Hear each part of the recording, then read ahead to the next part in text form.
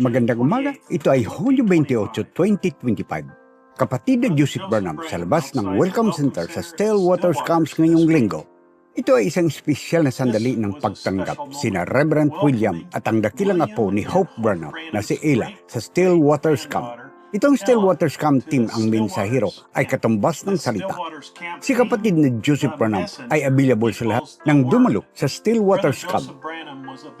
Nakipagkilala sa mga bagong kaibigan at lahat sila ay tape girls at marahil ilang tape boys ang sa iba pang mga misa sa tapat ng kwarto. Napakaraming ang tanong na sagot. Ang ministeryo ng mga tag-ipiso ay hindi katumbas ng ikapitong anghel na mensahirong propita. Ang pagtunog ng kampana mula kay Sister Hattie ay nasusulat na si cabin ay tutunog. Ang parehong bell na tumunog noong 1947 para sa kapatid na si Branham na dumating para sa hapunan sa right cabin. Ang bawat isa ay binigyan ng isang iPad at AirPods para mahanap ang kanilang mga espesyal na lugar. Sabay nilang itulak ang play. Si Brother Joseph ang nagpatunog ng kampana sa Chapel Hill kasama ang mga manampalataya mula sa lahat ng bahagi ng mundo. Ngayong araw ang kasulatang ito ay natupad 650219. Ikaw lamang at ang Espiritu Santo ang nagsasalita mula sa kanyang mga labi hanggang sa iyong mga tainga. Nakalarawan si Brother Joseph kasamang isang bahagi ng mga supling ng unang home tape church sa mundo. Ito ang 12 sa mga apo sa tuhod ni Brother Carl at Ruth Isaacson na dumalo sa Stillwater Camp na ito. Si Brother Carl isang pastor ng Iglesia ng Diyos. Noong 1950s, bumili siya ng mga tape at pinagtugtog ang mga ito sa denominasyon na simbahan ito. Pagkatapos sa bandang huli, 1960 ay inutusan siyang ihinto ang pagpapatugtog ng mga tape ni William Branham sa kanyang simbahan ng Arizona Church of God Superintendente. Ipinaalam sa kanya na si William Branham ay isang mabuting tao at isang propeta. Ngunit hindi mo mapapatugtog ang mga tape na iyon sa simbahan ito. Maaari mong i-play ang mga tape sa bahay, ngunit hindi sa simbahan. Parang pamilyar na espiritu ngayon. Tumanggi si Carl Isaacson na makipagtulungan. Ang denominasyon ay hindi nais mawala ng isang mahusay na pastor. Pagkatapos ay nag-alok ang denominasyon na itaguyod ang pastor na si Carl at ang kanyang asawang si Ruth. Ang simbahan ng Diyos ay nag-alok kay Carl ng isang bagong bahay, isang mas mataas na sweldo upang pamalaan ng isang bayang puna ng simbahan, at isang full-time niyaya ang babayaran para alagaan ng kanilang 5 anak. Gayon din si Ruth ay babayaran ng magandang sweldo upang maging isang nurse sa parehong bayang punan. Nagkaroon ng takda. Itigil ang pagpapatugtog ng mga tape sa simbahan ito. Ang kapatid na babae at bayaw ni Sister Ruth kasama ang kanilang mga anak ay piniling manatili sa denominasyon. Ito ay isang malungkot na pagkakamali. Lahat ng supling na pamilya ni Sister Ruth ay nawala ngayon dahil nanatili sila sa simbahan. Sa kaibahan, lahat ng 175 na supling ni Carl at Ruth Isaacson ay mga mananampalataya kung saan 170 press play. Maririnig natin ang mga pastor na gumagawa ng mga pahayag ngayon na ang ating mga anak ay mawawala kung tayo ay magpapatugtog ng mga tape sa ating mga bahay. Sa halip na makasalamuha sa gumawa ng mga manampalataya, pinili naming iniwan ang kanilang salita, pagtanggi sa mga simbahan at pindutin ang pray sa aming mga tahanan. Inimbitahan namin ang Espiritu Santo, ang ikapitong anghel na mensahero, ang mensahe, ang tanda sa aming bahay. Sinabi sa amin ni Brother Branham na maging katulad ni Rahab sa Jericho at gawing tape church ang aming bahay. Sinabi ng propeta na dapat kang maging katulad ni Rahab.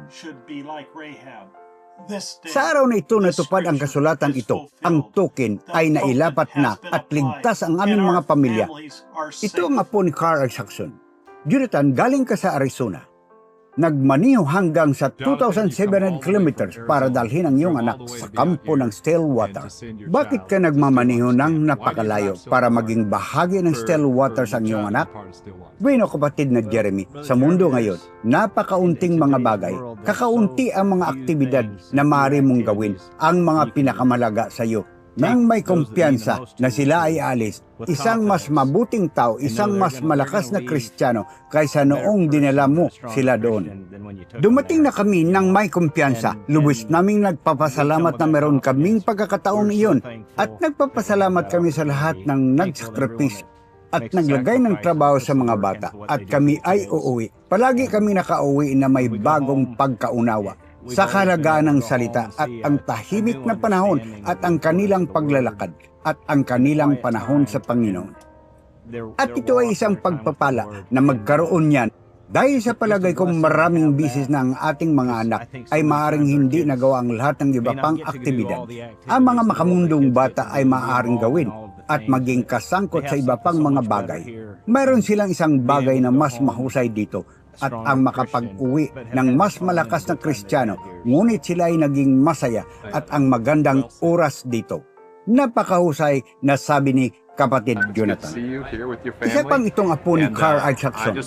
Ikinagalak kitang makita, Kuya Philip, dito kasama ang iyong pamilya. At gusto kong gumawa ng isang kapansin-pansing komento na ang iyong mga anak ay may ilan sa mga pinakmataas na puntos alinman sa mga bata sa mundo. Ilang bisis na itong inamin ni Brother Joseph at mabuti isang karangalan kung ano ang isang paa na gawin iyon. Nais kong itanong sa iyo, ano napakalaga sa pagiging bahagi ng mga bata sa campus ng Stillwaters? Sa palagay ko, ang pinakamalagang bagay ay makapasok sa salita. Si Brother Joseph ay nagtakda ng pamantayan para dyan at ito ay palaging bagay sa aming pamilya, mga pagsusulit sa tape. Ang pagsunod sa programa ni Brother Joseph ay hindi matatawaran. Ito ay isang bagay na ginawa ni Gabriel mula noong ang mga bata ay 2 taong gulang at ito ay isang bagay na panuuron silang lumaki sa salita.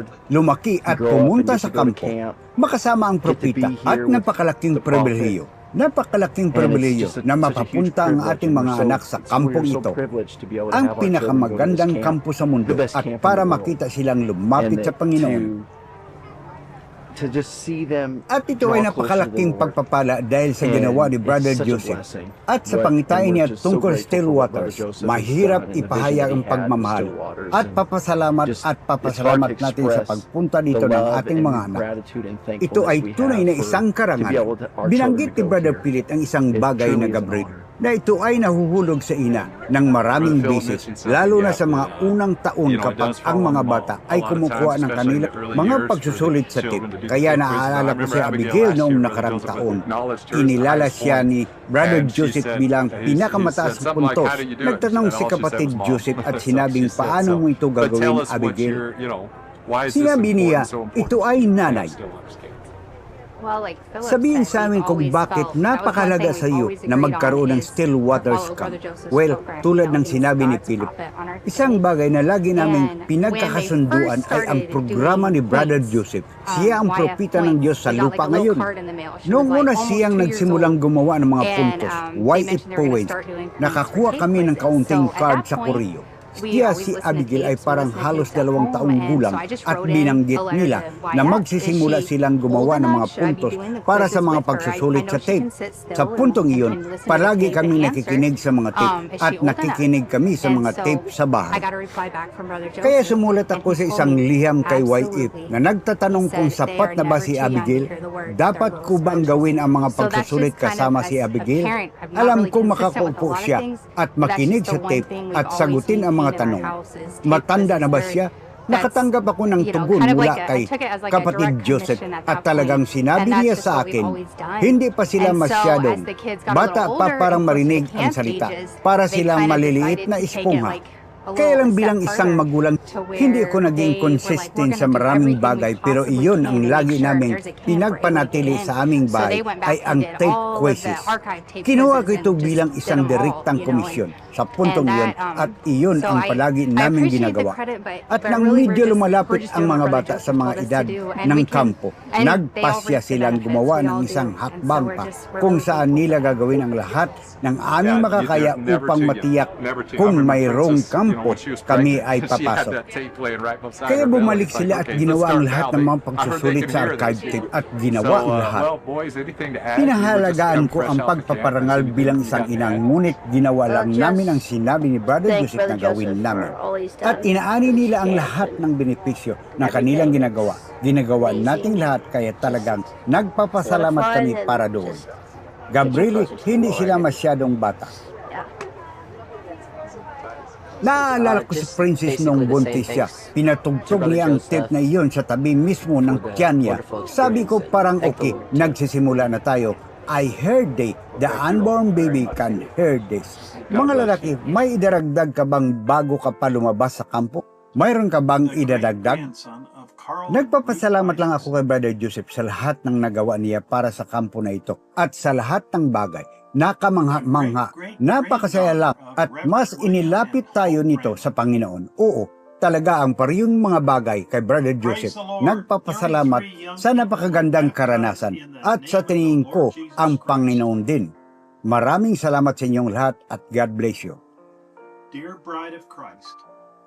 Ang apo sa tuod ni na Carl at Ruth Isaacson ang dakilang apo ni Reverend William Branham at Hope Branham. Purihin ang Panginoon.